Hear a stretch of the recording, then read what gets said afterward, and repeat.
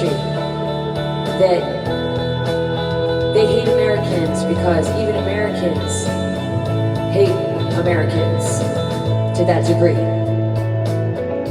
And I said, you know what? There's reasons for this.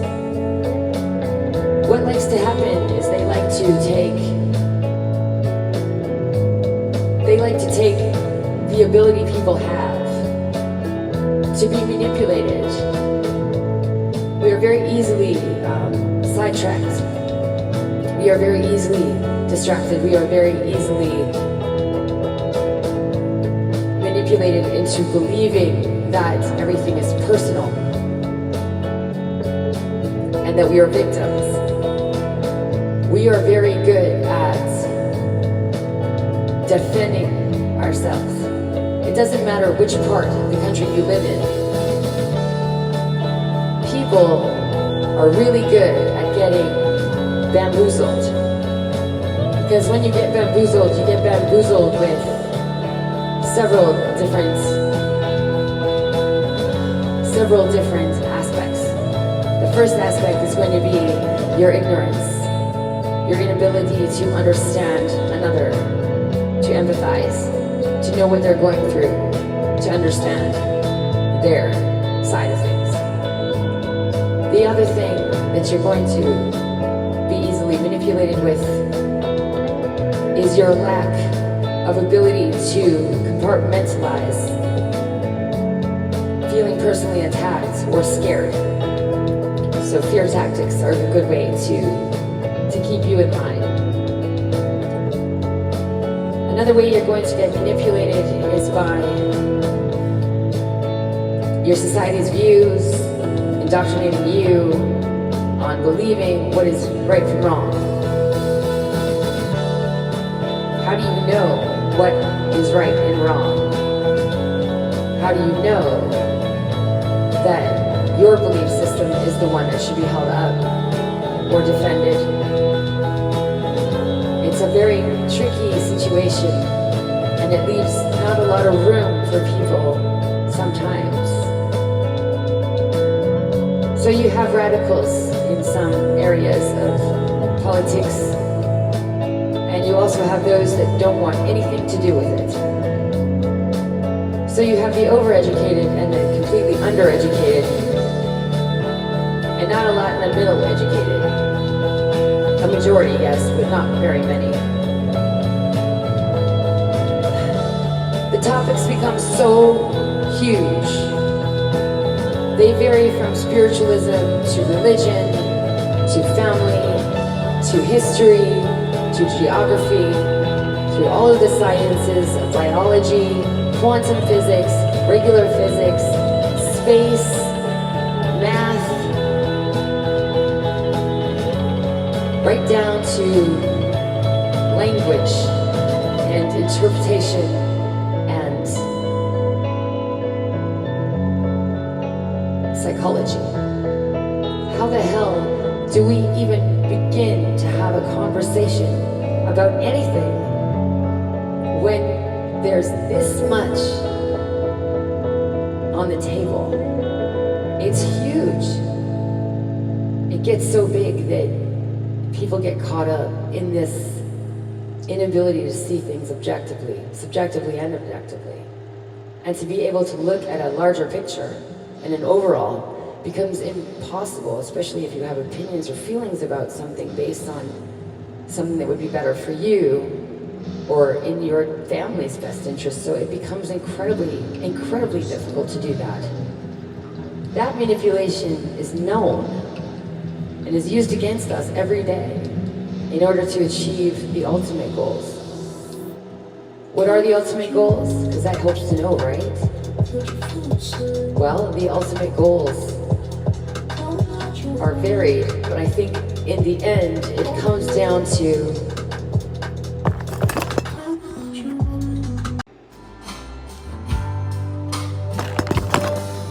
in the end it will come down to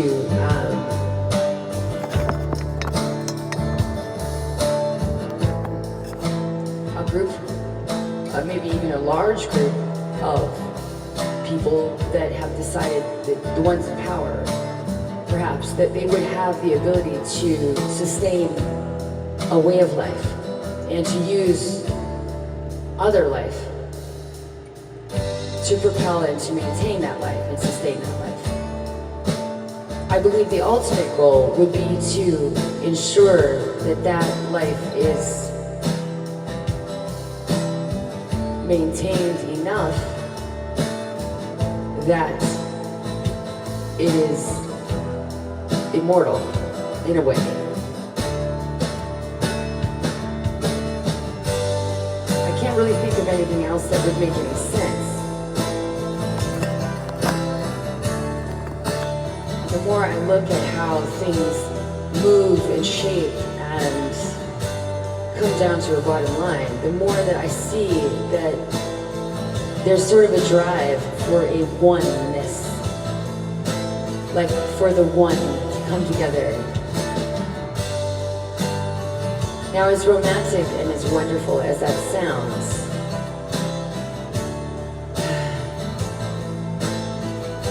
it would be done under the guise of environment, green, sustainability, accountability, and the empathy of other things, and of course the earth. It would be done under that guise. But you see, it has to make you believe first that you are not good, that you're not here to be here, that everything that you use, touch, and how you maneuver everything is literally like a parasite, and that you are the parasite of the world. That's something that is needed to be believed, at least on some kind of level, because if you don't have, I should say, if you do have the idea that you're important and that there is something about you that is individual and valuable, so valuable that no matter what you do in terms of how many plastic bottles you use or how many cars you drive in your lifetime or how much fuel you use, that it's still worth more than that. Your life is still worth more than that. And you have a right to be here. So they need to make sure that there's not a whole lot of people that literally feel that way. And they would do this, and who's they? Yes, I already covered who they are, okay? They, and the propaganda against you, would start to teach you from a very young age that you and your people are not worthy of this place, and that you really are the bane of your own existence, and shame on you for even being here and using anything or doing anything. Because if I go the other way and I try to educate people on climate change or not using certain things, it won't work. Big businesses, even faced in and looking at the entirety and seeing the fact that they are producing toxic waste or they're doing something wrong, in the name of productivity, they have kept going. And that is king. Absolutely. That's not your fault.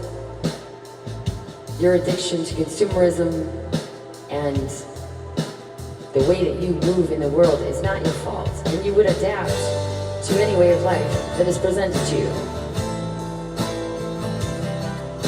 You are being suppressed to not be an innovator, and it is impossible for you to become one because it takes a lot of money and a lot of revenue and a lot of backing and support from the very forces that are trying to make it impossible for you to innovate, right?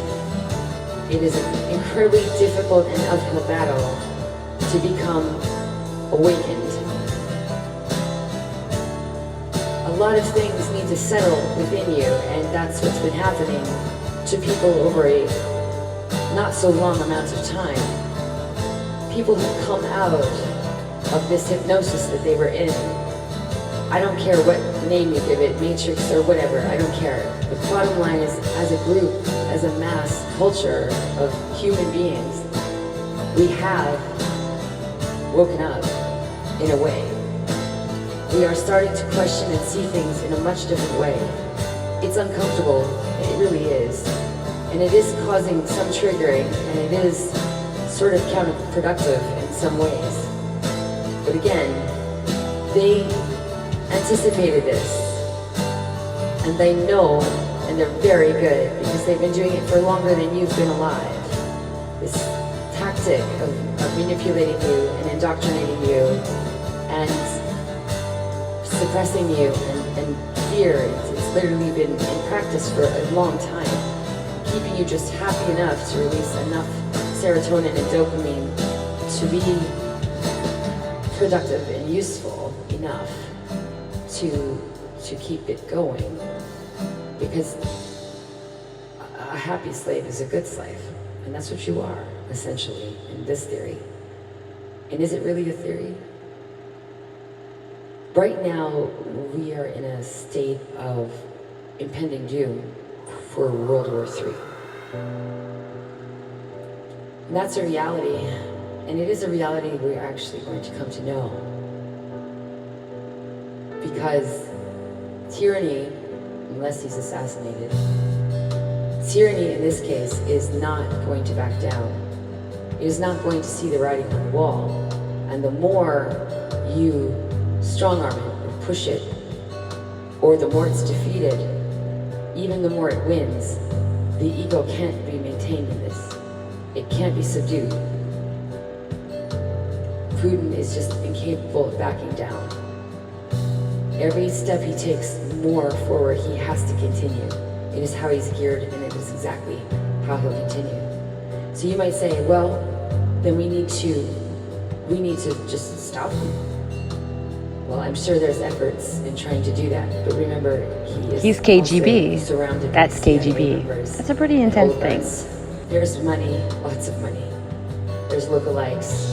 There's a lot of old spy trick book tactics that are going on here. This is like literally where it was born. So he's not really that easy to get at, okay? He's not.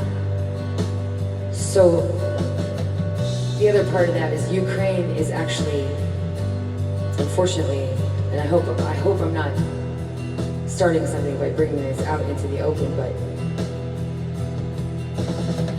the longer that Russia stays engaged in this type of war, this smaller level war with Ukraine and Russian situation,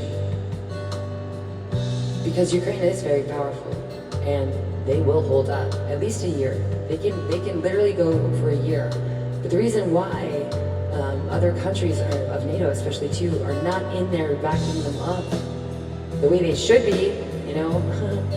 There's a lot of things that could be done right now that would like just put an end to this right today, this moment, at least for a minute. But if he's still alive, then it changes things, because there will be nuclear war like tomorrow. If we went in and we did some invasions and, you know, really, you know, did the threat or threatened it, nuclear war on him, actually it's on, and then the world is engaged and it's done. It's like there's no going back.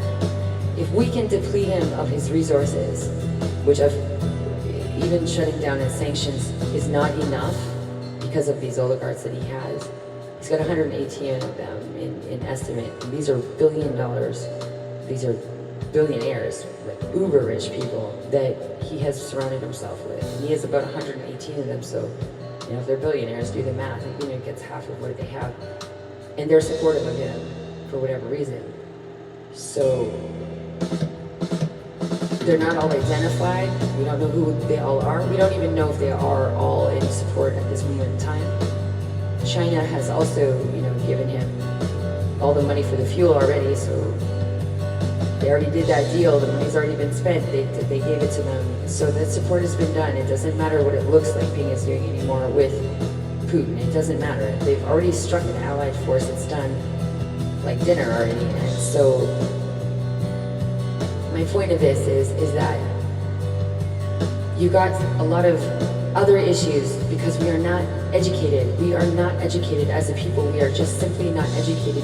You can get educated, but you're just so busy in your daily life that you don't take the time to do it. And if you do start and embark on it, you're just so anxious and so fucking triggered that you are not capable of compartmentalizing stuff, and so you just get scared.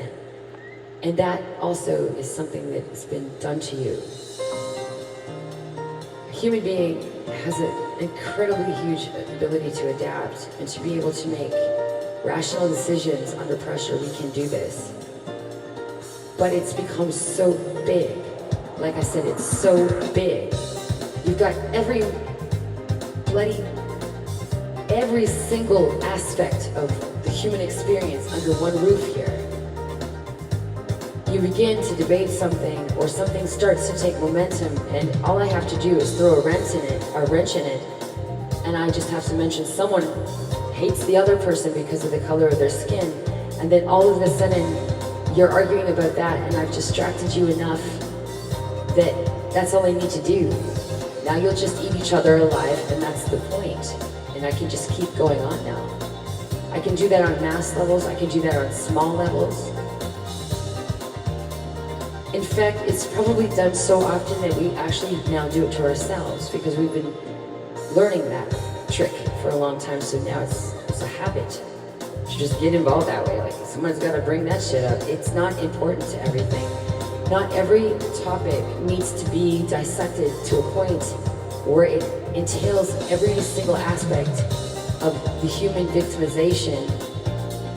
Some things need to be ignored at times in order to move forward, because you cannot have a debate upon a debate upon a debate upon a debate. There just simply isn't time, and there just simply isn't the patience level to be able to do that. So it becomes incredibly difficult for the people, especially for the people under these politicians who've like gone mad and don't even know how to be human anymore. But for the people to even get involved in a conversation that's intellectual or at all empathetic, because it's so personal all the time. But we don't really have a lot of skill set in being able to be objectional and to just see things that we need to see at the time and leave the rest to the side for a moment. It's an incredibly difficult thing to do, and it takes regulation.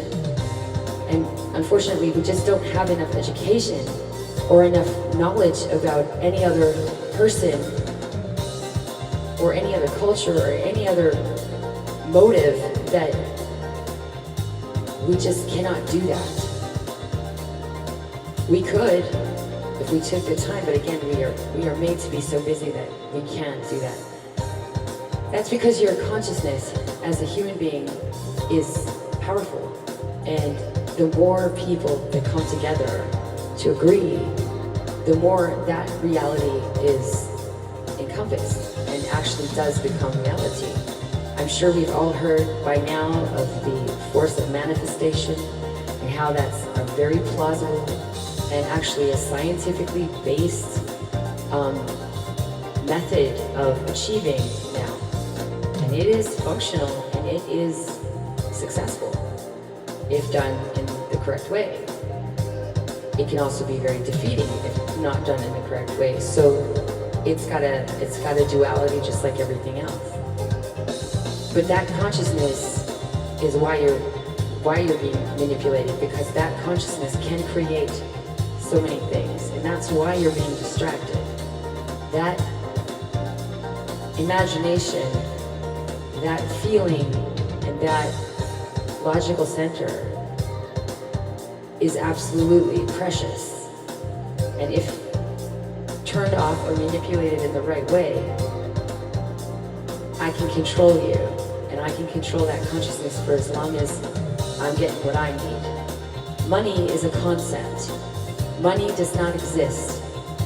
If I ask the bank right now to give back everyone who has a deposit, any bank, everyone who has a deposit in there, and I said, okay, give them back what they have in the bank. Everyone in America, give it back to them. The bank couldn't even come up with a third of what is in there in terms of what people say their account level is at. You wouldn't even have a third of the actual physical money to give people their money back. The stock market would crash, everything would crash, it would be done, over. Because that money is a concept. It is not a reality, it is a concept. So it is our reality, it is how we function within it, but it is not real in terms of it is a solid physical thing. We could possibly make it one, but then that has consequences. We would be devaluing the dollar. So now we would be creating a really big problem because the more money you make, the less value it has. So that, if you just take that ability to understand that as a concept it's working and it hasn't crashed yet, but it has come to a point where there's no more denying and people are awake to the fact that this money doesn't exist, that we have overspent by trillions and trillions of dollars that isn't even there in the first place. And so my friend says to me, he says, I'm pissed off because someone said they don't like Americans because Americans blah, blah, blah, blah, blah. And I said, you know what, that's true, that's going on. I said, as a Canadian, I can tell you people speak pretty freely about Americans in front of me, and y'all aren't really celebrated too much lately. And I have to correct a couple of people by saying it's unfortunate that you feel that way, really, and I understand where it's coming from, because yeah, Americans have done some really fucking shitty things. They've done some really shitty things, but so has your government, and so has my government. And if you want to start sweeping things under the rug or exposing things that have been swept under the rug or not talked about, I mean, we could go on for days and years until we are throwing up. We're just so disgusted with our own selves. There's motivations for everything. Some are good, some are bad. But here's the reality of it. It's America who's going to come in and be the superhero, regardless of motive, greed, or any type of behavior or bad behavior in the past. Who the hell do you think is going to get anybody out of the fire? And out of the frying pan completely, and just, it's them. Because there ain't nobody else. They've got the market on the things that are scary, and they're not afraid to use it. And so there's a comfort in that, and there's also a fear in that as well. Come on, I mean, let's face it, if you start to think that every American politician is crazy and that, they're all like, psycho, greedy, selfish, ignorant people, of course not. Of course they're not. Of course there's many wonderful, beautiful people in government and in politics and in the military and in... You're telling me that soldiers are not fighting for a cause that is good at times when they go in there, and look at how many of them were, no, I'm not leaving Afghanistan right now. And they're crying and they feel shitty because they've made connections there, and they love the people. And they know that when ISIS comes in, they're gonna fuck shit up for these poor people. And they didn't want to leave them because they didn't want to abandon it, and it hurt their heart. It hurt their heart to leave. Some of them didn't. Some of them were bringing infants on the plane with them illegally, but whatever, we're taking this kid, I'm not leaving this child here. Those are not acts of horrible monsters with a greedy agenda. Those are human beings acting in the interest of human beings. So it is relevant and it exists within all evil as well. I want you to remember that regardless of the force that is being used, regardless of the callousness or the greed that it appears to be, there is still those, and there are many of those within that are not apathetic and completely aware of the importance of life and the loyalty to that life. And they fight for that. And they fight for their brother beside them. So before we go banging and knocking at military and people in it, or the forces that will save your ass, trust me, every tyranny that has come up in the history of anything since the 1900s, or even the late 1800s for sure, is America's the save your ass. Okay, I'm gonna say this as a Canadian. America has got your fucking back. If you're not totally psycho in some way, it'll likely come and help you. Maybe it should do that more often. The chances are pretty good there'll be some vested interest there. It'll find a way to make it worthy to go in and help you. How's that? If we want to take like their shitty concept, maybe they're just looking for an excuse to come in and help you, or to fuck the other guy up. I don't really know all of the situations, okay? I just recently started getting into politics, but I do know that in this case, this Russia-Ukraine case, Ukraine is holding the fort, and when I say the fort, the world is the fort. Because as soon as Ukraine disengages, loses, or wins, here's the thing, Ukraine is not going to win. They're good. And I'm sorry, Ukraine, I'm sorry to say that, I am. But given and granted the situation that you're in, it's very difficult. You will fight probably for about a year. You'll be able to hold it for a year, but you will lose at least 20 million casualties. Russia's real intention is to plug up the holes of invasion. There's 9 of them that surround Russia, and that is the real intention here. And there's 2 in Ukraine, so that you can be infiltrating and coming in, and those need to be plugged out in order for him to continue. His motives, Putin's motives, are not simply to go and conquer Ukraine. He has much bigger plans. And you can't deflate this ego, and you can't reason with it. If it wins, it is egocentric and highly motivated to engage in war. If it loses, it is again highly egocentric and highly motivated to engage in war. The only way to suppress it is to exhaust it. And that, I'm sorry to say, is Ukraine's job in this. They are there to hold the fort, to disengage in nuclear onset for as long as possible, so we can deplete his resources. His resources also include people, in terms of soldiers and what have you, food, all of it, to literally wipe him out financially is literally the only real surefire way that the least damage will get done. So Ukraine's job in this, unfortunately, this is something that other countries are going to have to follow suit with as well. No matter how much tyranny he puts on these poor people, no matter what disgusting, vile things he's doing, or allowing his soldiers to do, or telling his soldiers to do, we can't engage because the benefit of the overall has to outride its life over limb, you know? Ukraine is like the foot or the hand, or the arm, the leg. We have to allow that damage or to fall off in order to keep the rest alive. And that is the basic and bottom line, saddest, awfulest reality that it can't be denied.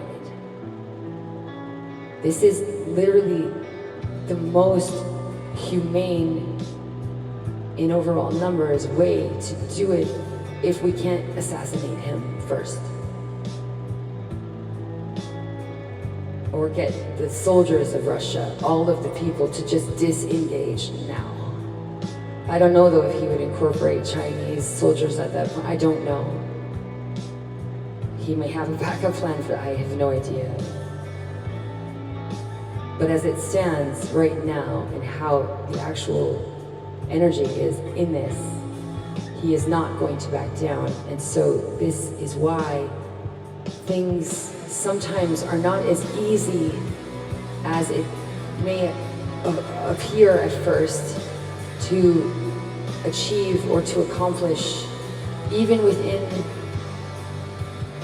the empath, even within the person who literally is so sensitive and feeling towards this that even to them they cannot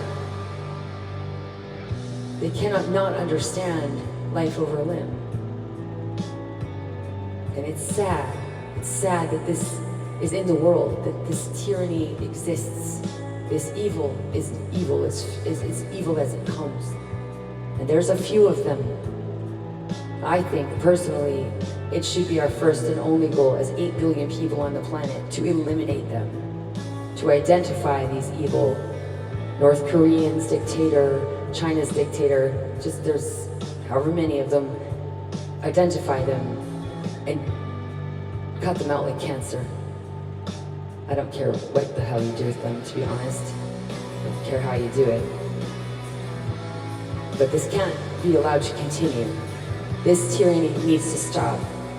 The legacy of Saddam Hussein's and Bin Laden's and just this level of bullshit, that needs to be the biggest problem, and that needs to be the thing that really we put our heads together on and solve. ISIS is a huge problem now. Like, there are literally that many of them that are exactly that, tyrannists. And as long as you have tyranny, you have the potential for mass destruction and mass mutilation and mass manipulation. Let me repeat that. In this number, in this vibration, this is it. This is where mass manipulation comes in. This is where accusing people of going in and accusing other people of having weapons of mass destruction, it doesn't make sense to just argue with that, because at the end of the day, the point of any of it would be to eliminate these disastrous, monstrous people that want to kill everyone. I don't really care what the reason is they go in, just get rid of them. Because I don't have a place for that in my life, and in my home, and in my children's future. I don't like that. I don't care. I myself would be willing to engage in a World War III, to produce even the idea of democracy. I didn't really care before. I wasn't very political at all. Over the past 2 years, I've become incredibly political. And it's nerve-wracking, and it's super anxiety-ridden, and I haven't slept well since I started thinking this way. And I actually got gray hair and I look older. But it needs to be thought about by intelligent people. And unfortunately, you can't be intelligent and not be fearful. You just have to be able to compartmentalize that and find a way to put it into perspective and to balance it without hatred and without blaming a mass group of people who technically aren't even responsible for the thing in the first place. It is about discernment and not being apathetic. It is about trying to understand, regardless of how you feel, regardless of your preconceived notions of another race, religion, or whatever, the ability to see logically, subjectively, objectively, the reality of your fellow man, regardless of your opinion, and to be able to, for the betterment of all, find a way through things. That's called growth. And that's what they don't want you to do. Because as soon as you can do that, you're like unstoppable.